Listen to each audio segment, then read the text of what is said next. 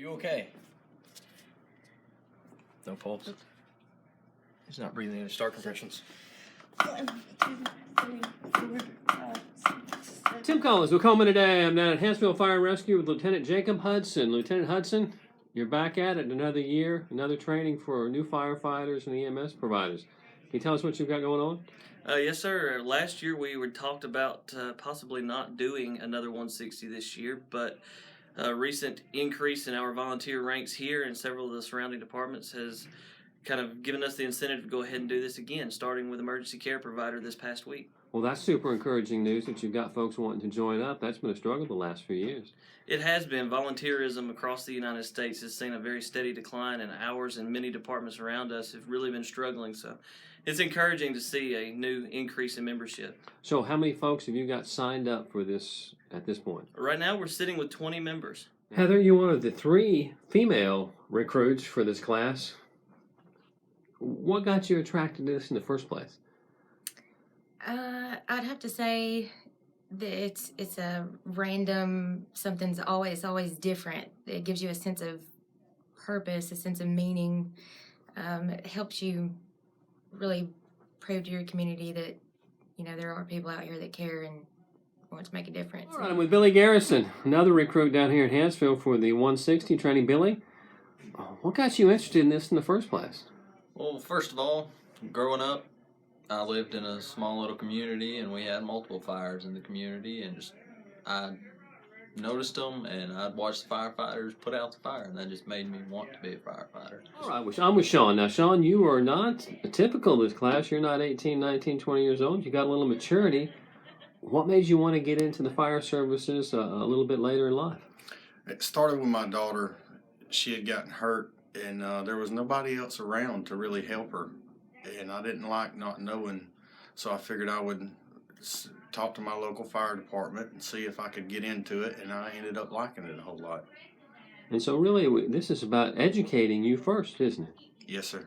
So, Lieutenant Hudson, what departments from around this area are represented in your class? Right now we have members from the West Point Fire Department, the Dallas Southfield Fire Department in Blount County, Bremen Fire Department in Coleman County, Garden City Fire Department, and Hanceville Fire Department. That's quite a group. Now, in talking to you and some of the folks that are here in this class, I realize what's beneficial about it is if they make it through, they get a certificate for 160, which is big, but there's more to it than just getting a certificate, isn't there? Yes, sir. These guys are going to take away from this class a new sense of pride, self-accomplishment, and motivation like they've never known that'll carry over in their personal lives, their work lives, and even their home lives. On top of that, their departments are gaining personnel that are trained, personnel that have a better understanding of the fire service, and personnel that can act safely. And even further than that, the communities are benefiting because these people are now going to be more prepared to respond effectively and safely. That will make them better at saving lives and more efficient at saving property. And even deeper than that, the insurance service office that comes out and audits fire departments to give them a grade that determines homeowners insurance requires a program of recruit training that's at least 200 hours, and this will meet that. So the extent of the benefits of this program are pretty much limitless. Nobody just sits in their living room and goes, I think I'm going to become a firefighter. Do you have a fire history in your family, or were you touched by some emergency response? Or what was your motivation at its core? A friend introduced me to it, over 10 years ago, and I was around the department a lot then and just kind of fell in love with it. Now, what's your expectations? Obviously, you've never been in this class before. What do you think's coming over the next 4 months or so? It's going to be some heavy physical training, and it's going to help you in your mindset, not just with firefighting, but with just outside the fire department, with your home lives, with your community lives, anything. You can use this training wherever you go.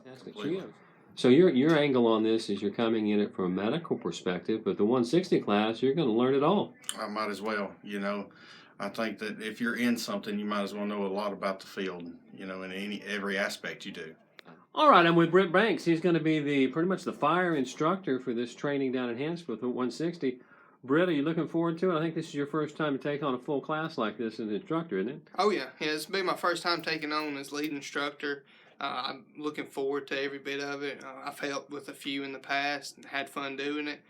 And it looks like we got a real good group of guys and gals this year. It appears that way, and I know that Jacob is kind of the master of ceremonies and the CEO, and I think it tells a lot that he would delegate some of this work to you. You've come a long way, haven't you? I would like to think I have, but he thinks I can do a good job at it, so I'm going to do my best at it. Are you going to open it up? Is there more space if folks want to join at the last minute, so to speak?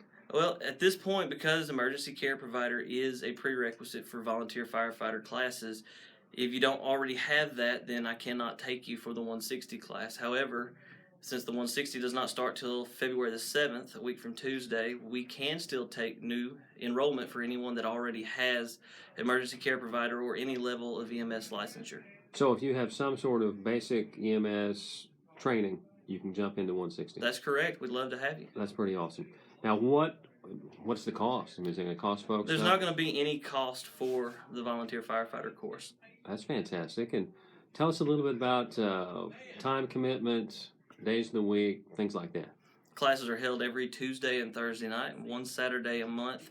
Tuesday and Thursday nights are 4-hour blocks in the evening. The Saturdays all day. And this goes on for how many months? 4 months. Well, that's not finish bad. up towards the end of April.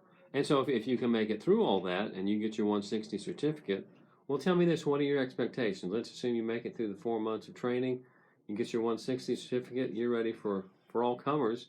What do you expect to see happen? I would like to make it a career. I'd like to go on to fire academy and paramedic and just go to the top. You're going all the way then. And what department do you think you'll be placed in once you graduate? Or have you figured that out yet? I'd love to be in Hanceville. Or It's my home. 5 years from now, where do you see yourself after you've graduated and you've been through it and got some experience?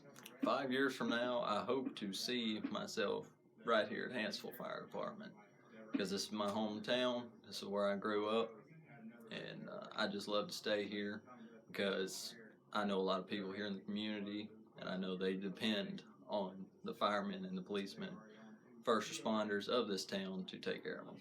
What's your expectations throughout the class when you graduate? What do you see happening? I see, I hope I can get on an ambulance one day and get my full EMT. I really do. So. Well, I've watched you on many fires. I think you're going to do a great job, and it'll be a good test for your communication skills and bringing folks along. So what do you foresee probably the most challenging thing for your students is going to be to make it through this 4 months of training? It's going to be their first block. Their first block's always the hardest. It's the hardest and it's the longest. They're going to be doing stuff like the little consumption courses, a bunch of physical stuff in block 1. Block 2 and block 3, they'll get a little bit easier. They'll be more hands-on, be a little bit less class time.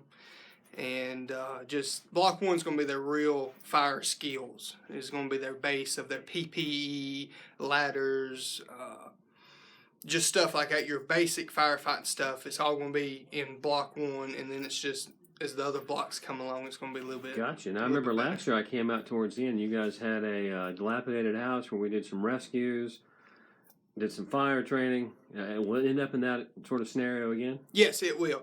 And most certainly. I know you can't go into the details of it, but what is it that you learned exactly? These guys are going to come in, some of them with experience, some of them with none. They're going to learn the basic emergency care for their fellow firefighters, things such as controlling bleeding, shock management, and performing CPR, all the way up to basic firefighting operations, how to maneuver fire hose, how to operate safely, how to wear their PPE, and how to use their PPE properly.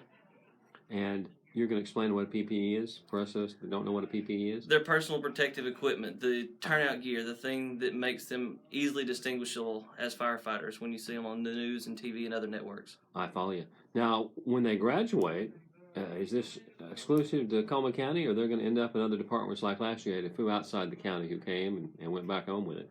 We're going to have people from everywhere. Just in the ECP, we have people from as far as South Blount County all the way to West Point. So it's open to anybody. Anybody. That's fantastic. So if somebody wants to find out about this, maybe sign on, how can they reach you? How do they get involved? They can check us out on facebook.com/Hanceville Fire Training. Contact us there via email or phone, or they can sign up at www.alabamafirecollege.org. That's fantastic. Lieutenant Hudson, I know you've got a class full of folks waiting for you. I'll let you get back to it. Thanks for your time. Thank you, Tim.